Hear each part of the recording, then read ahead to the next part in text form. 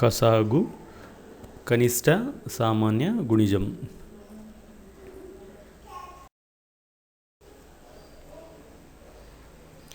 సామాన్య గుణిజాలు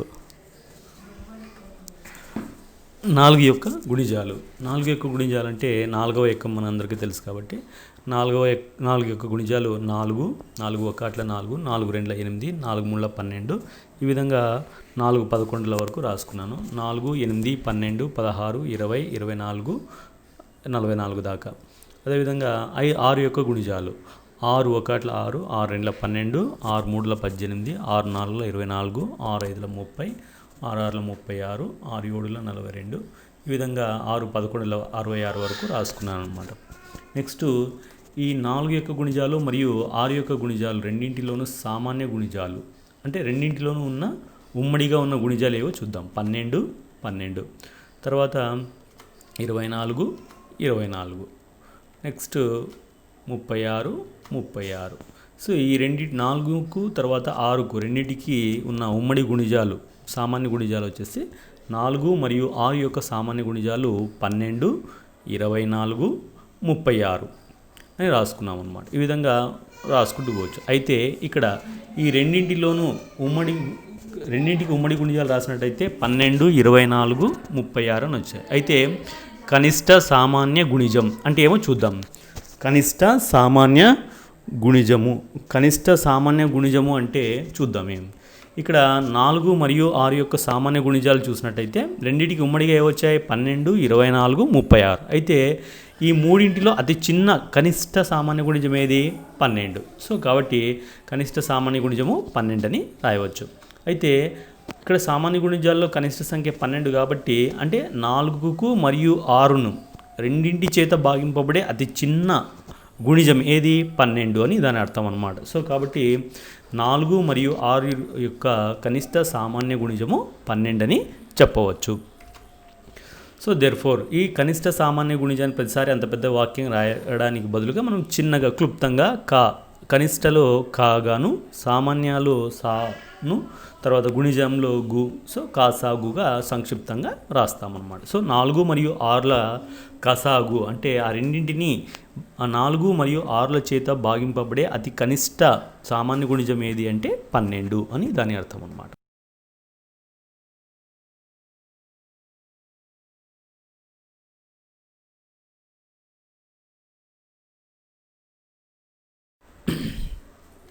సో సామాన్య గుణిజాలు. సో ఇంకొక ఉదాహరణ చూసినట్టయితే 16 యొక్క గుణిజాలు 16 32 48. ఈ విధంగా 16 10 160 వరకు రాసుకున్నాం. అదేవిధంగా 20 యొక్క గుణిజాలు 20 40 60 80, 29 180 వరకు రాసుకున్నాం. అయితే ఈ రెండింటిలోనూ ఉన్న ఉమ్మడి గుణిజాలు 80 తర్వాత 160. సో ఈ రెండింటి 16 మరియు 20ల యొక్క సామాన్య గుణిజం వచ్చేసి ఉమ్మడిగా రెండింటిలోనూ ఉన్న ఉమ్మడి గుణిజము 80 మరియు 160. సో కాబట్టి 16 మరియు 20 యొక్క సామాన్య గుణిజాలు 80 160 ఎట్సెట్రా అని ఈ విధంగా రాసుకోవచ్చు. అయితే కనిష్ట సామాన్య గుణిజము అంటే ఏమి? రెండింటిలోనూ 16 మరియు 20 యొక్క సామాన్య గుణిజాల్లో 80 160 కాబట్టి వీటిలో అతి కనిష్ట గుణిజం ఏది 80. సో కాబట్టి 16 మరియు 80ల యొక్క కనిష్ట సామాన్య గుణిజము ఏమవుతుంది? 80 అవుతుంది అన్నమాట. అంటే అర్థమేమి? 16ని మరియు 20ని 20 రెండింటి ఈ 16 మరియు 20ల చేత భాగింపబడే అతి కనిష్ట సామాన్య గుణిజం ఏది అంటే 80 అని దాని అర్థం. దీన్నే మనము క్లుప్తంగా 16 మరియు 20 యొక్క కసాగు, సో క్లుప్తంగా రాసినట్టయితే కసాగు 80 అని చెప్పవచ్చు. సో కనిష్ట సామాన్య గుణిజం అంటే 2 లేదా అంతకంటే ఎక్కువ సంఖ్యల గుణిజాలలో కనిష్ట సామాన్య ఉమ్మడి గుణిజాన్ని ఆ సంఖ్యల యొక్క కనిష్ట సామాన్య గుణిజం అని అంటారు. అయితే మనం కనిష్ట సామాన్య గుణిజం అనేది 2 లేదా అంతకంటే ఎక్కువ సంఖ్యలకి కనుక్కోవచ్చు అనమాట. సో అయితే కనిష్ట సామాన్య గుణిజం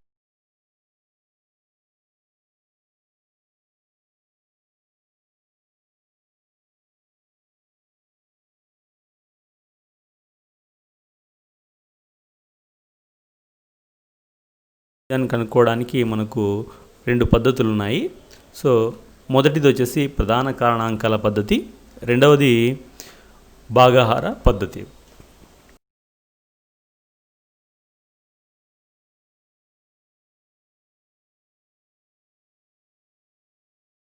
మొదటి పద్ధతి ద్వారా ప్రధాన కారణాంకాల పద్ధతి ద్వారా కొన్ని ఉదాహరణలు చూద్దాం. సో మొదటి ప్రశ్న, 36 మరియు 60 సంఖ్యల యొక్క కసాగును మనం ప్రధాన కారణాంకాల పద్ధతి ద్వారా కనుక్కోండి. ఏ విధంగా కనుక్కోవాలో చూద్దాం. ముందుగా 36 యొక్క ప్రధాన కారణాంకాలు రాసుకున్నట్టయితే 36 అనేది ఒక సరి సంఖ్య కాబట్టి అది కనిష్ట ప్రధాన సంఖ్య ఏది 2 కాబట్టి 2 చేత భాగింపబడితే 2 18ల 36. మరి 18 కూడా సరి సంఖ్యనే కాబట్టి మరి 2 చే భాగిస్తాం. 2 9ల 18. 9 అనేది బే సంఖ్య కాబట్టి ఆ 9తో భాగింపబడే ప్రధాన సంఖ్య ఏది 3. సో 3తో భాగిస్తే 3 3ల 9. సో మనకు 36 యొక్క ప్రధాన కారణాంకాలు ఏవొచ్చాయి? 2 2 3 3 వచ్చాయి అన్నమాట. అదేవిధంగా 60ని కూడా ప్రధాన కారణాంకాలు లబ్ధంగా రాసినట్టయితే 60 అనేది సరి సంఖ్య కాబట్టి సరి సంఖ్యని మనము ఈ సరి సంఖ్యను భాగించగల కనిష్ట ప్రధాన సంఖ్య ఏది 2 వచ్చాయి కాబట్టి 2తో భాగిస్తే 2 30ల. 30 అనేది మరి 30 అనేది సరి సంఖ్య కాబట్టి 30ని కూడా 2తో భాగిస్తే 2 15ల. 15 అనేది 3 అనే ప్రధాన సంఖ్యతో భాగింపబడుతుంది కాబట్టి 3 5ల 15. 5 కూడా ప్రధాన సంఖ్యనే కాబట్టి ఇక్కడికి ఈ ప్రక్రియ స్టాప్ చేస్తామన్నమాట. సో కాబట్టి మనం 36 యొక్క ప్రధాన కారణాంకాలు రాసుకున్నట్టయితే 2 ఇంటూ 2 ఇంటూ 3 ఇంటూ 3గా రాయవచ్చు. అదేవిధంగా 60 యొక్క ప్రధాన కారణాంకాలు 2 ఇంటూ 2 ఇంటూ 3 ఇంటూ 5. అయితే ఈ 36కి మరియు 60 సంఖ్యల కసాగు కనుక్కోవాలంటే మనకేమి ఉమ్మడి కారణాంక అంటే ఈ 36కి 60కి ఉమ్మడి కారణాంకాలు రాయాలి. తర్వాత ఇంటూ మిగిలిన కారణాంకాలు లబ్ధంగా రాసినట్టయితే వాటి కసాగు వస్తుందన్నమాట. ముందుగా ఉమ్మడి కారణాంకాలు రెండింటిలోనూ ఉమ్మడి కారణాంకాలు ఏది 2 సార్లు ఉంది. అక్కడ 36లోనూ ఉంది, 60లోనూ కారణాంకంగా ఉంది కాబట్టి దీన్ని ఒకసారి మాత్రమే రాసుకుంటాం. అదేవిధంగా 2 మరి 2 సార్లు వచ్చింది ఇక్కడ. సో కాబట్టి ఒకసారి మాత్రం తీసుకుంటాం. 3 2 సార్లు ఉంది కాబట్టి ఒకసారి మాత్రమే తీసుకుంటాం. సో ఇప్పుడు ఉమ్మడి కారణాంకాల్లో మనం ఏం రాసుకుంటాము? 2 సార్లు ఉంది కాబట్టి ఒకసారి రాసుకున్నాను. సో 2 సార్లు ఉంది కాబట్టి ఒకసారి మాత్రమే తీసుకున్నాను. 3 2 సార్లు ఉంది కాబట్టి ఒకసారి మాత్రమే తీసుకున్నాను. సో ఇవన్నీ కూడా ఉమ్మడి కారణాంకాలని ఒక బ్రాకెట్లో రాసుకొని ఇంటూ ఇంకా మిగిలిన కారణాంకాలు ఏవి ఉన్నాయి చూడండి 3 5. సో కాబట్టి వీటిని మరొక బ్రాకెట్లో 3 ఇంటూ 5గా రాసుకుంటే వీటి లబ్ధం 2 ఇంటూ 2 ఇంటూ 3 2 2ల 4 4 3ల 12 ఇంటూ 3 5ల 15. సో 12ని 15 చేత గుణిస్తే మనకు 180 వస్తుంది. సో ఈ విధంగా మనము 36 మరియు 60 సంఖ్యల యొక్క కసాగుని 180 ఈ విధంగా మనము ప్రధాన కారణాంకాల పద్ధతి ద్వారా మనము కనుక్కోవచ్చు అన్నమాట. ప్రశ్న, 48 56 72 ల కసాగును ప్రధాన కారణాంకాల పద్ధతి ద్వారా కనుక్కోండి. ఇంతకుముందు మనం ఉదాహరణ మొదటి సమస్యలో ఏం చేస్తాం? 2 సంఖ్యలకు మాత్రమే కసాగును కనుక్కున్నాము. ఇక్కడ 3 సంఖ్యలకు ప్రధాన కారణాంకాల పద్ధతి ద్వారా కసాగును కనుక్కునే ప్రయత్నిస్తాం. సో ముందుగా 48ని ప్రధాన కారణాంకాల లబ్ధంగా రాసినట్టయితే 48 సరి సంఖ్య కాబట్టి దీన్ని ప్రధాన సంఖ్యలో కనిష్ట సంఖ్య ఏది 2 కాబట్టి 2 చేత భాగింపబడితే 2 24ల 48. మరి 24 కూడా సరి సంఖ్యనే కాబట్టి 2 చేత భాగింపబడితే 2 12ల. 12 కూడా సరి సంఖ్యనే కాబట్టి 2 చే భాగింపబడితే 2 6ల 12. 6 కూడా సరి సంఖ్య 6 కూడా సరి సంఖ్యనే కాబట్టి 2 చేత భాగింపబడితే 2 3ల 6. సో మనకు 48 యొక్క కారణాంకాలు ప్రధాన కారణాంకాలు 2 2 2 2 మరియు 3. తర్వాత 56ను ప్రధాన కారణాంకాల లబ్ధంగా రాసినట్టయితే 56 కూడా సరి సంఖ్యనే కాబట్టి 2 చేత భాగింపబడుతుంది. 2 28ల 56. మరి 2 చేత 2 14ల 28. మరి 2 చేత 2 7ల 14. నెక్స్ట్ 72ని మనము కారణాంక లబ్ధంగా రాసినట్టయితే 2 36ల 2 18ల 36. 2 9ల 18. 9 అనేది 3 చేత భాగింపబడుతుంది కాబట్టి 3 3ల 9.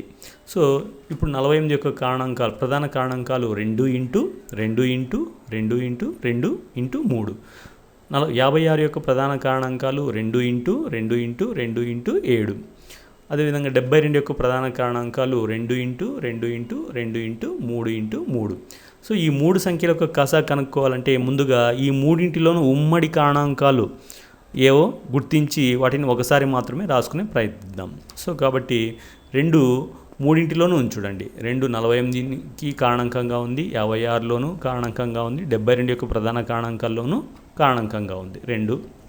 మరి 2 2 2 2 2 2 తర్వాత 3 48 యొక్క ప్రధాన కారణాంకాల్లోనూ ఉంది, 72 యొక్క ప్రధాన కారణాంకాల్లో ఉంది.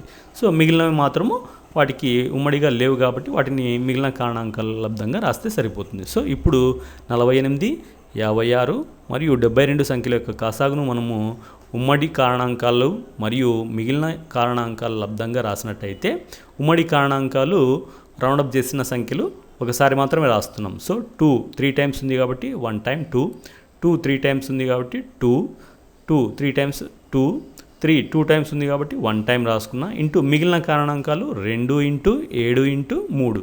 సో మొదటి బ్రాకెట్లో ఉన్న సంఖ్యల లబ్ధము 2 ఇంటూ 2 ఇంటూ 2, 2 2 4, 4 2 8, 8 3 24 ఇంటూ 2 7 14, 14 3 42. సో 24ని 42 చేత గుణిస్తే మనకు 1008, 1008 వస్తుందన్నమాట. సో ఈ విధంగా మనము 3 సంఖ్యల యొక్క కాసాగును ప్రధాన కారణాంకాల పద్ధతి ద్వారా కనుక్కోవచ్చు. నెక్స్ట్ భాగాహార పద్ధతి. సో భాగాహార పద్ధతి ద్వారా ఒక ఉదాహరణ చేయడానికి ప్రయత్నిద్దాం. సో మొదటి ప్రశ్న, 36 మరియు 60 సంఖ్యల కాసాగును భాగాహార పద్ధతిలో కనుక్కోండి. ఇదే ప్రశ్నని మనము ఇంతకుముందు ప్రధాన కారణాంకాల పద్ధతి ద్వారా చేసాము. అయితే భాగాహార పద్ధతి ద్వారా కూడా సేమ్ ఆన్సర్ వస్తుందో లేదో ఒకసారి చెక్ చేద్దాం. అయితే ముందుగా 36, 60 రెండు సంఖ్యల్ని ఒకేసారి భాగిస్తామన్నమాట. అక్కడ విడివిడిగా రాస్తారు, ఇక్కడ రెండింటికి ఒకేసారి కలిపి ప్రధాన కారణాంక లబ్ధంగా రాస్తాం. సో ముందుగా రెండు కూడా సరి సంఖ్యలే కాబట్టి 2 చేత భాగింపబడితే 2 18, 2 30. మరి రెండు కూడా సరి సంఖ్యలే కాబట్టి 2 చేత భాగింపబడతాయి. 2 9, 2 15. ఈ 9, 15 రెండు బేస్ సంఖ్యలు కాబట్టి రెండు ప్రధాన సంఖ్య 2 తర్వాత వచ్చే సంఖ్య ఏది 3. సో 3తో భాగింపబడితే 3 3, 9 3 5, 15. సో ఇవన్నీ కూడా మనకు 2 2 3 3 5 ఇవన్నీ కూడా ప్రధాన సంఖ్యలే కాబట్టి ఈ ప్రక్రియ ఇంతటితో స్టాప్ చేస్తామన్నమాట. సో దేర్ఫోర్ 36 మరియు 60ల కాసాగు అంటే మనకు ఏవైతే ప్రధాన కారణాంకాలు వచ్చాయో వాటిని లబ్ధంగా రాసినట్టయితే 2 into 2 into 3 into 3 into 5. So వీటి లబ్ధము మనకు 180 వస్తుందన్నమాట. 2 2 4, 4 3 12, 12 3 36, 36 5 180. సో దేర్ఫోర్ 36 మరియు 60 సంఖ్యల యొక్క కాసాగు మనకు 180 వచ్చిందన్నమాట. ప్రశ్న, 48, 56, 72ల కసాగును భాగాహార పద్ధతిలో కనుక్కోండి. ఇదే ప్రశ్నను మనము ప్రధాన కారణాంకాల పద్ధతి ద్వారా చేసాము. అప్పుడు 1008 కాసాగుగా వచ్చింది. అయితే భాగాహార పద్ధతిలో కూడా అదే ఆన్సర్ వస్తుందో లేదో ఒకసారి మనము ప్రయత్నిద్దాం. సో ముందుగా సాధన. సో ఇచ్చిన 3 సంఖ్యల్ని రాసుకుని ఈ 3 సంఖ్యలు కూడా మనం పరిశీలించినట్టయితే 48, 56, 72 3 కూడా సరి సంఖ్యలే కాబట్టి ఈ సరి సంఖ్యలు మన ప్రధాన సంఖ్యలు కనిష్ట సంఖ్య అయినటువంటి 2 చేత భాగింపబడతాయి కాబట్టి 2తో భాగించినట్టయితే 2 24, 2 58, 2 28, 2 36, 72. ఈ 3 కూడా మరి 24, 28, 36 సరి సంఖ్యలే కాబట్టి 2తో భాగింపబడతాయి. సో 2 చేత భాగించినట్టయితే 2 12, 2 14, 2 18. మరియు 12, 14, 18 కూడా సరి సంఖ్యలే కాబట్టి 2తో భాగింపబడతాయి. సో 2తో 2 6, 12, 2 7, 14, 2 9, 18.